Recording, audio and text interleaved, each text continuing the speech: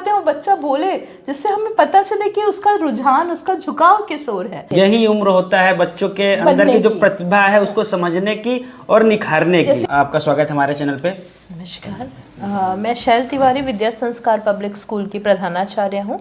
हमारा विद्यालय यहाँ पर कौड़िया कला आदलहाट में स्थित है और यहाँ पर 31वां राज्य स्तरीय राष्ट्रीय बाल विज्ञान कांग्रेस की स्थापना का आयोजन है, जिसमें कि जो भी बच्चे जो जिले से यहाँ पर लगभग 37 जिलों के 120 टीमें प्रतिभाग करेंगे इस कार्यक्रम में, जो कि 1 से 3 दिसंबर को होने वाला है। और ये जो बच्चे हैं, ये जो 120 टीमें आई हैं, ये अपने अपने ज़िलों में विभिन्न प्रोजेक्ट्स जो बच्चों ने दिए थे, उसमें से जो अंत में फाइनल जो टीमें चयनित हुई हैं, वो टीमें यहाँ पर आकर प्रतिभाग कर रही हैं। तो 37 जिले, पूर्वी उत्तर प्रदेश के 37 जिलों की टीमें यहाँ पर आएंगी और ये बच्चे अपने अपने क्षेत्र में, जैसा कि आप सभी जानते हैं, इन्वेंशन और इनोवेशन। तो इनोवेशन का मतलब होता है कि चीज़ों को नए तरीके से सोचना, नए तरीके से सोचना। समस्याएं वही हैं, उसका समाधान हम कितनी आसानी से और कितने नए तरीके से और कम खर्च में कर सकते हैं, इस पर इन बच्चों ने अपने प्रोजेक्ट्स बनाए हैं और जो कि भविष्य में नन्हे विज्ञानी के रूप में जाने जाएंगे। क्योंकि नन्हे विज्ञानी, ये विज्ञान जो शब्द है, ये शब्द अपने आप में कई सारी संभावनाओं को लिए हुए है। तो ये नन्हे विज्ञानी भविष्य में बहुत जगहों पे जाकर अपने नए नए तरीकों की जो इन्होंने इनोवेशंस किए हैं, इसी तरह के इनोवेशन ये भविष्य में करते रहें। इसी को प्रोत्साहित करने के लिए राष्ट्रीय बाल विज्ञान कांग्रेस ये प्रतियोगिता आयोजित करता है, जो कि प्रतिवर्ष होती है। जो पहले जिला स्तरीय होती है, जिला स्तर पर चुने गए बच्चे राज्य स्तरीय प्रतियोगिता में भाग लेते हैं और उसके बाद वो राष्ट्रीय प्रतियोगिता में जाते हैं, जहाँ पर कि राष्ट्रपति स्वयं बच्चों से मिलते हैं और इस कार्यक्रम का समापन होता है। और इसमें जो विजयी बच्चे होते हैं, जो फाइनल जो चयनित होते हैं, उनको महामहिम राष्ट्रपति के हाथों पुरस्कार प्राप्त होता है। तो ये अपने आप में एक बहुत ही प्रेस्टिजियस प्रतियोगिता है जिसमें बच्चे भाग लेते हैं।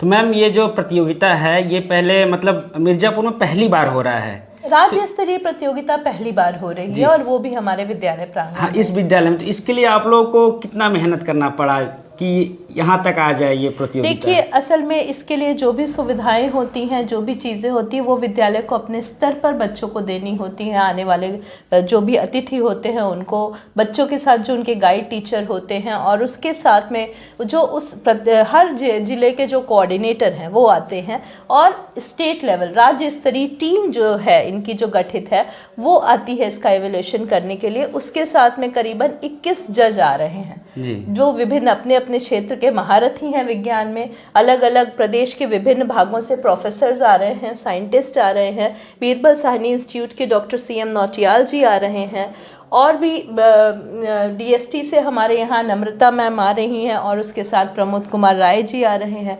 तो इसी तरह यहाँ पर राष्ट्रीय सब्जी अनुसंधान संस्थान से वहाँ के हेड जो है डॉक्टर वोहरे आ रहे हैं।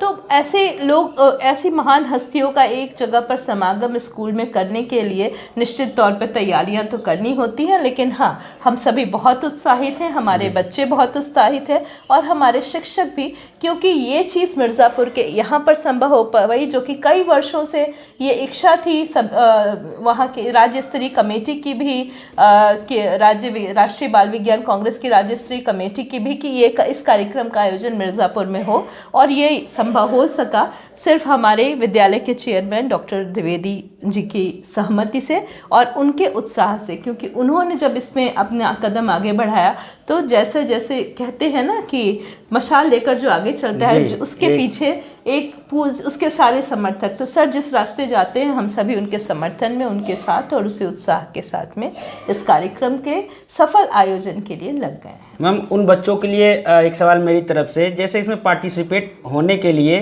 क्या करना पड़ता है कि जैसे तमाम स्कूलों से जो बच्चे आएंगे, तो इसमें पार्टिसिपेट करने के लिए कैसे क्या करना पड़ता है? इसके लिए राष्ट्रीय बाल विज्ञान कांग्रेस प्रतिवर्ष एक विषय डालता है। जैसे इस बार का उनका विषय जो है वो है पर्यावरण से संबंधित। तो ये जो विषय होता है वो अपना एक विषय देते हैं जिसमें वो हर प्रत्येक स्कूल में अपनी तरफ से एक इनविटेशन भेजते हैं और इस कार्यक्रम की जानकारी भेजते हैं। इस कार्यक्रम की जानकारी में 2 वर्ग के बच्चे प्रतिभाग कर सकते हैं, एक 6वीं से लेके कक्षा 10वीं तक के बच्चे और दूसरा 11वीं और 12वीं के बच्चे। तो 6वीं से जो कक्षा 10वीं तक के बच्चों का एक वर्ग होता है और 11वीं 12वीं के बच्चों का एक वर्ग होता है। इन 2 वर्गों में प्रत्येक विद्यालय के बच्चों को उनके दिए हुए विषय के अनुरूप इनोवेशन, नई तकनीक, उसमें जो मैंने आपको जैसे कहा कि समस्याएं, अपने आसपास से जुड़ी हुई समस्याओं को देखने का नज़रिया और उसके समाधान उसी तरीके से देने होते हैं। और उसमें जो उनके टीचर होते हैं, गाइड टीचर होते हैं विद्यालय के, वो उनकी मदद करते हैं। इसके बाद इसमें से प्रत्येक विद्यालय में एक नोडल प्रतियोगिता आयोजित होती है और जितने भी मॉडल्स होते हैं उन मॉडल्स के लिए, जैसे हमने अपने विद्यालय में करवाया था, तो हमने बाहर से 2 लोगों को बुलाया था जो कि हमारे बच्चों के मॉडल को उनके मानक के अनुरूप देख रहे थे और उस मानक के अनुरूप जो मॉडल बेस्ट लगे वो 4 मॉडल हमारे विद्यालय से गए और हमारे विद्यालय से वो 4 मॉडल गए और उसमें से हमारा एक मॉडल राज्य स्तरीय प्रतियोगिता के लिए सेलेक्ट हुआ। फिर वहाँ जाने के बाद जो जिला स्तरीय प्रतियोगिता होती है वहाँ पे उनके जिला समन्वयक अपने टीम के साथ होते हैं जिसमें बच्चों का मूल्यांकन 2 स्तर पे होता है और उसके बाद वहाँ से राज्य स्तर के लिए जाते हैं। और अभी जो राज्य स्तरीय प्रतियोगिता होगी इसमें भी बच्चों का 2 लेवल पर मूल्यांकन होगा और उस मूल्यांकन के बाद ही कोई टीम राष्ट्रीय स्तर के लिए मतलब उत्तर प्रदेश का प्रतिनिधित्व मूल्यांकन को 2 स्तरों में किया जाएगा कि कहीं किसी प्रकार से कोई गड़बड़ी, त्रुटि की कोई संभावना मतलब किसी के बच्चे के मन में ये ना रहे कि मेरा जो भी बनाया हुआ चीज था उसमें सर ने जांच करने में कहीं गड़बड़ी करी। देखिए, जांच करने में गड़बड़ी के साथ साथ ये भी बहुत ज़रूरी है कि हम जब अपने प्रदेश का प्रतिनिधित्व करें तो वो टीम जाए जो कि राष्ट्रीय स्तर का पुरस्कार जीत कर आए। ये भी एक सबसे बड़ा प्रश्न होता है कि हमें उसमें सबसे अच्छा चुनना है और उसके साथ साथ अन्य जो बच्चे हैं उनके सामने एक उदाहरण प्रस्तुत करना है कि यदि उनके प्रयासों में कोई कमी है या कहीं कुछ लग रहा है तो वो उसको बेहतर करके अगले साल उस श्रेष्ठ टीम के रूप में सामने आए। तो मैम चलते चलते एक बात और पूछेंगे, जो मिर्ज़ापुर के लोकल स्कूल हैं, जो छोटे छोटे स्कूल हैं जिनमें बच्चे पढ़ते हैं, उनके अंदर भी प्रतिभाएं हैं, तो उनके ऊपर क्या प्रभाव पड़ने वाला है इस चीज़ का? देखिए, इसमें हम लोग दूसरे दिन इसीलिए एक विज्ञान जागरूकता रैली कर रहे हैं जिसमें सभी 37 जिलों से आए हुए बच्चे, उनके टीचर, उनके समन्वयक और उसके साथ साथ हमारे विद्यालय के बच्चे, हमारे, क्योंकि हम बहुत दूर तो नहीं जा सकते उन्हें लेके, क्योंकि ऑलरेडी ये कार्यक्रम 3 दिन का पूरी तरह से काफ़ी कॉम्पैक्ट है, लेकिन इसमें हमने ये प्रयास किया है कि हम अपने इस जिले में, इस एरिया में एक जागरूकता रैली ज़रूर करें जिसमें छोटे छोटे विद्यालयों के बच्चे भी आए, देखें और समझें कि विज्ञान बहुत आसान, मतलब ये हमारे जो विचार है इस विचार के प्रवाह को चलते रहना है, ये ना रुके। नदी की तरह, जैसे नदी में बांध बन जाता है तो पानी रुक जाता है, तो रुका हुआ पानी जो है हमेशा सड़न पैदा करता है, इस फ्लो को बने रहने देना है। तो ये जो बच्चों के अंदर, ये अभिभावकों के अंदर, यही जागरूकता लेने के लिए हम विज्ञान जागरूकता रैली भी आयोजित कर रहे हैं जिससे अभिभावक अपने बच्चों को समझे और बच्चों के अंदर ये जो सोचने की क्षमता है इसको विकसित होने दें, इसको रोकें। यही उम्र होता है बच्चों के अंदर की जो प्रतिभा है उसको समझने की और निखारने की। जैसे बच्चे जब आते हैं हमारे विद्यालय में, कई बार हमारे पेरेंट्स हमसे बोलते हैं, मैम मेरा बच्चा बहुत शरारती है, बहुत सवाल करता है। नहीं, ऐसे ही बच्चे तो चाहिए हमको। सवाल कर बच्चे तो ऐसे ही चाहिए जो सवाल करे, जो चुप है उससे तो बुलवाना है, क्योंकि आप चाहते हैं कि आपका बच्चा चुप रहे और हम चाहते हैं वो बच्चा बोले, जिससे हमें पता चले कि उसका रुझान, उसका झुकाव किस ओर है। ये जो सबसे जरूरी बात होती है। अच्छा मैम, बच्चों के अंदर जो विचार उठती है, ऐसा माना गया है कि वो विचार एक बड़ा मनुष्य जो एक अच्छे लेवल का साइंटिस्ट है, कभी कभी उनके मन के विचारों के बराबर हो जाती है। ऐसा बिल्कुल है। और आपको मैं बताऊं, आप जब इस कार्यक्रम में आएंगे तो इस तरह के 2-3 छोटे छोटे हमारे टीचर्स ने स्किट्स बनाए हैं जो कि साइंटिस्ट के बचपन की लाइफ पे है, और आप उसे देख के समझ पाएंगे कि बच्चों को बचपन में किस तरह से ढालना है, इस पर कितना, ये जो साइंटिस्ट हैं ये बचपन में कैसे थे और इनकी प्रतिभाओं को कुछ जगहों पे जैसे लोगों ने नहीं समझा समझा, लेकिन वहीं इन्हें किसी एक ने समझा और ये निखर के महान वैज्ञानिक के रूप में पूरे विश्व में प्रसिद्ध हुए। तो इस तरह की बहुत सारी कहानियाँ भी इस कार्यक्रम में आपको नाट्य माध्यम से दिखाई जाएंगी। मैं एकदम आप लोगों से भी अनुरोध करूंगी कि आप लोग इन 3 दिन हमारे साथ रहें और देखें कि हमारे बच्चों ने इस कार्यक्रम की तैयारियां कैसे की हैं। इसके लिए वो विभिन्न कार्यक्रम तैयार कर रहे हैं, उसके साथ हमारे विद्यालय को सजाने संवारने, और उसके साथ क्योंकि ये इस विद्यालय में ये जो प्रतियोगिता हो रही है तो हो रही, इसके साथ में हमने हमारे विद्यालय के जो चेयरमैन सर हैं उन्होंने एक आयोजन अलग से करा है। वो ये कि इसी के साथ हमने अपने आसपास के विद्यालय, जैसे आपने छोटे स्कूलों के बच्चों की बात की, उनको आमंत्रित किया है कि वो अपने प्रत्येक स्कूल के प्रधानाचार्य अपने एक शिक्षक और 5 बच्चों के साथ आके हमारा कैंपस विजिट करें।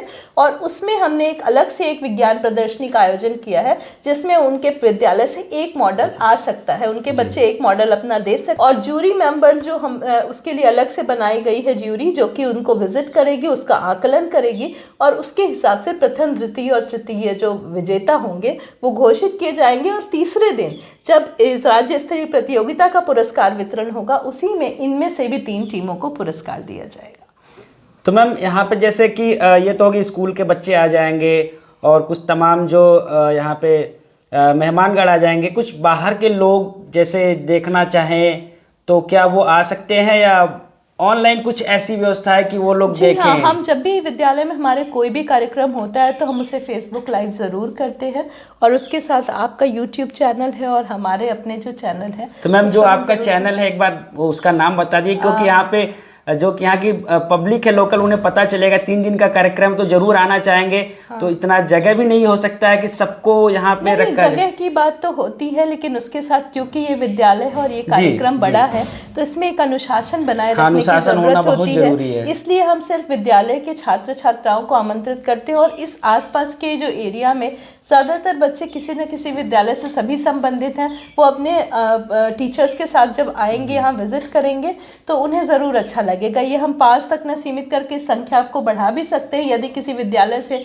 हमें इस तरह की कोई रिक्वेस्ट आई कि हमारे और बच्चे आना चाहते हैं तो हम उसे ज़रूर वेलकम करेंगे। अभी समय है 12 से 15 दिन का। उस बीच में अगर यदि कोई विद्यालय, क्योंकि हमने सभी को अपनी तरफ से इन्विटेशंस भेज दिए हैं, तो यदि वो इंटरेस्टेड होते हैं तो हम उनके बच्चों की संख्या बढ़ा सकते हैं। और उसके साथ में फेसबुक लाइव होता है और यूट्यूब चैनल विद्या संस्कार के नाम से है जिस पे लोग जुड़ सकते हैं। उसका हम लिंक भी फेसबुक पे हमारे जो विद्या संस्कार नाम से हमारा पेज है या फिर हमारी विद्या संस्कार के नाम से जो प्रोफाइल है उस पर पेरेंट जाकर वहाँ से देख सकते हैं। बिल्कुल। तो चलिए, बहुत अच्छा मैम ने बात बताया। 1, 2, 3 दिसंबर को यहाँ पे जो है कि आयोजन शुरू होगा। तो जो भी तमाम लोकल स्कूल है वो 4 से या 5 बच्चों के साथ वहाँ के अध्यापक आ सकते हैं और यहाँ पे जो भी चीज़ें विज्ञान से रिलेटेड और पर्यावरण से रिलेटेड जो भी चीज़ें दिखाएंगे वो देख सकते हैं, और एक अपना जो भी प्रोजेक्ट है वो लेके आ सकते हैं यहाँ पे विज्ञान संबंधित। तो चलिए, बहुत ही अच्छी बात है। तो आप यहाँ के जो न्यूज़ है, यहाँ की जो वीडियोज़ है, आप फेसबुक और मैम के यूट्यूब चैनल पे आप देख सकते हैं। तो बने रहिएगा ऐसी खबरों के लिए। 1, 2, 3 तारीख को हम आप तक जरूर पहुँचाएंगे। खबर देखने के लिए बहुत बहुत धन्यवाद। आपका भी धन्यवाद।